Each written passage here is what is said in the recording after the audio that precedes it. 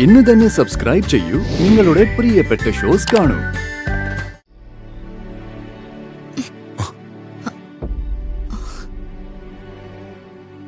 Raju, I love U.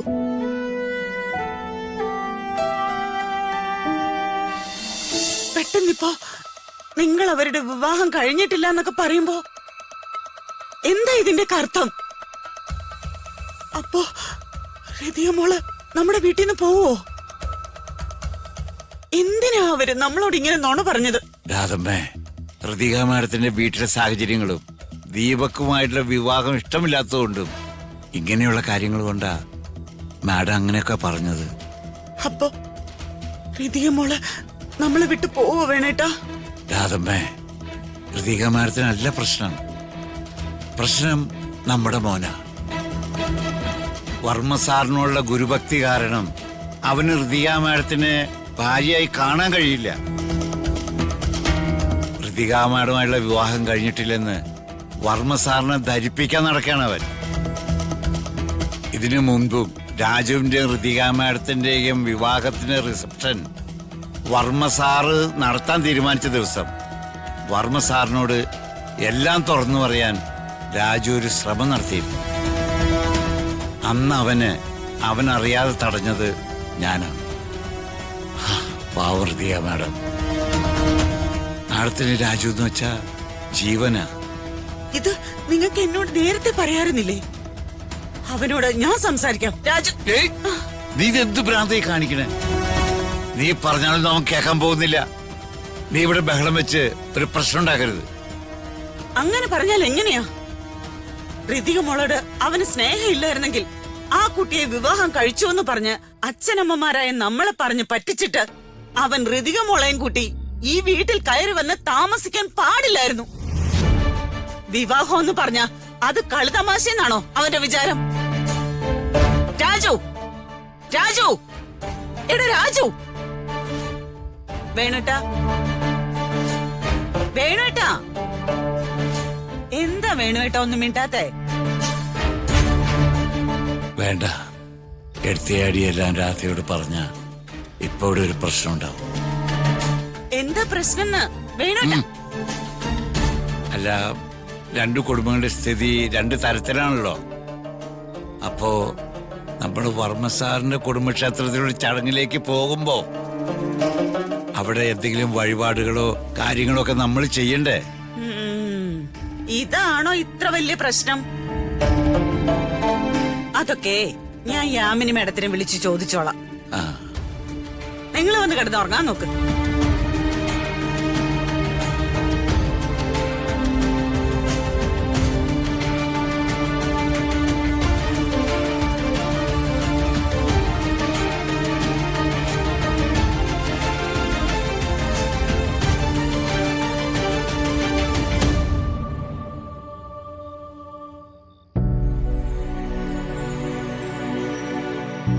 ഇത് സാക്ഷാൽ ശ്രീരാമചന്ദ്രന്റെ കൈ തന്നെയാണ്. ത്രയംബകം വില്ലൊടിച്ച് രാജകുമാരിയായ സീതയെ സ്വയംവരം ചെയ്ത രാമചന്ദ്രന്റെ കൈ. സുഖസൗകര്യങ്ങൾക്കിടയിൽ വായിൽ വെള്ളിക്കരണ്ടിയുമായിട്ട് പിറന്ന മോളാണ്. ഇപ്പോ ജീവിതത്തിൽ ഒരു വലിയ പ്രതിസന്ധിയെ നേരിടാൻ മോള് തയ്യാറായിക്കും.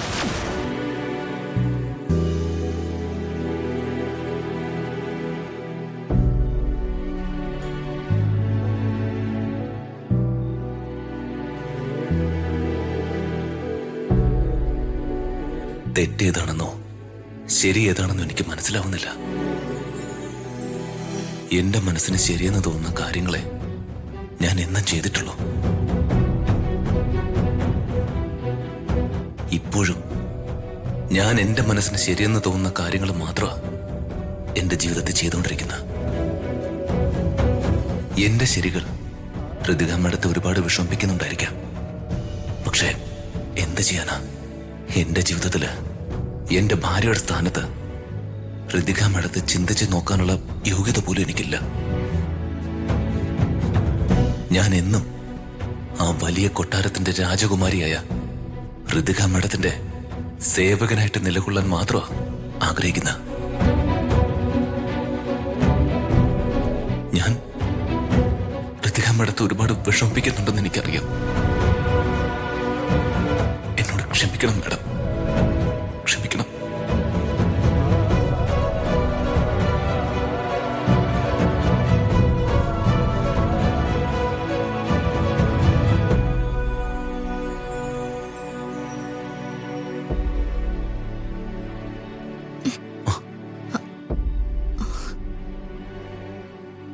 Raju, I love you.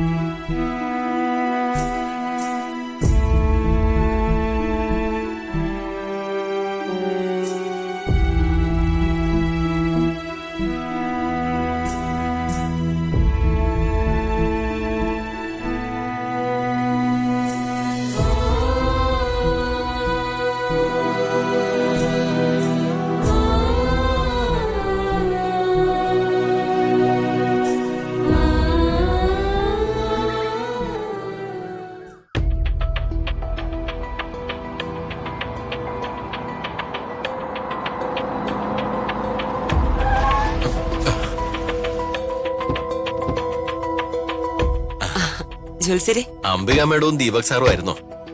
ഞാൻ ഓർത്തു വേറെ ആരെങ്കിലും ആയിരിക്കും. ആ മേഡം എന്താ ഈ വഴിക്ക്? ഞാൻ ജോത്സരെ ഒന്ന് കാണാൻ വേണ്ടി വന്നതാ. ആണോ? ആ എന്താ അംബിക മേഡം കാര്യം? ജോത്സരെ, ഞാൻ വളച്ചൊടിക്കാതെ കാര്യം പറയാം.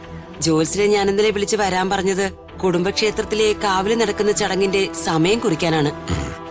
ആ ചടങ്ങിന്റെ നേരം കുറിക്കുമ്പോ ജോത്സര് കുറച്ച് തടസ്സങ്ങളുണ്ടെന്ന് പറഞ്ഞ് തൽക്കാലത്തേക്ക് അതൊന്ന് മുടക്കി തരണം. അല്ല അംബിക മേഡം, ക്ഷേത്രത്തിലെ ചടങ്ങുകളൊക്കെ മുടക്കുക എന്ന് പറയുമ്പോ ഇതെങ്ങനെ നാട്ടുകാരും ആ കരയും ഈ കരയും 2-3 കരകളും നടത്തുന്ന ഉത്സവമൊന്നും അല്ലല്ലോ. ഒരു കുടുംബക്ഷേത്രത്തിലെ കാവിലെ കുടുംബക്കാര് നടത്തുന്നതല്ലേ.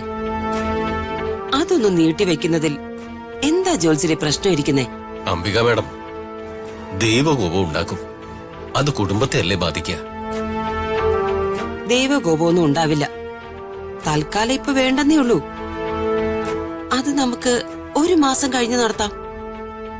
അയ്യോ മേഡം, അങ്ങനെ പാടില്ല. എല്ലാ വർഷവും നമ്മൾ നടത്താറുള്ള ദിവസം തന്നെ അത് നടത്തണം. എനിക്ക് തോന്നുന്നത് അനിശ്ചിതമായ ദിവസം ഇങ്ങടുത്തിരിക്കുന്നു എന്നാണ്. താനേ, ഞാൻ പറയുന്നത് ചെയ്യാൻ പറ്റുമെങ്കിൽ ചെയ്യേ. തനിക്ക് ഞാൻ കുറച്ച് കാശ് വേണമെങ്കിൽ തരാം. അയ്യോ മേഡം, എനിക്ക് കാശൊന്നും വേണ്ട. അതുകൊണ്ടൊന്നുമല്ല, ധർമ്മത്തിന് വിരുദ്ധമായി ഒന്നും ചെയ്യാൻ പാടില്ലെന്നാ ഞാൻ പഠിച്ചിരിക്കുന്നേ. എന്ത് ന്യായം, എന്ത് നീതി? എല്ലാത്തിലും വലുത് കാശല്ലേ? അതെ, താൻ ഞാൻ പറയുന്നത് പോലെ അങ്ങ് കേട്ടാ മതി.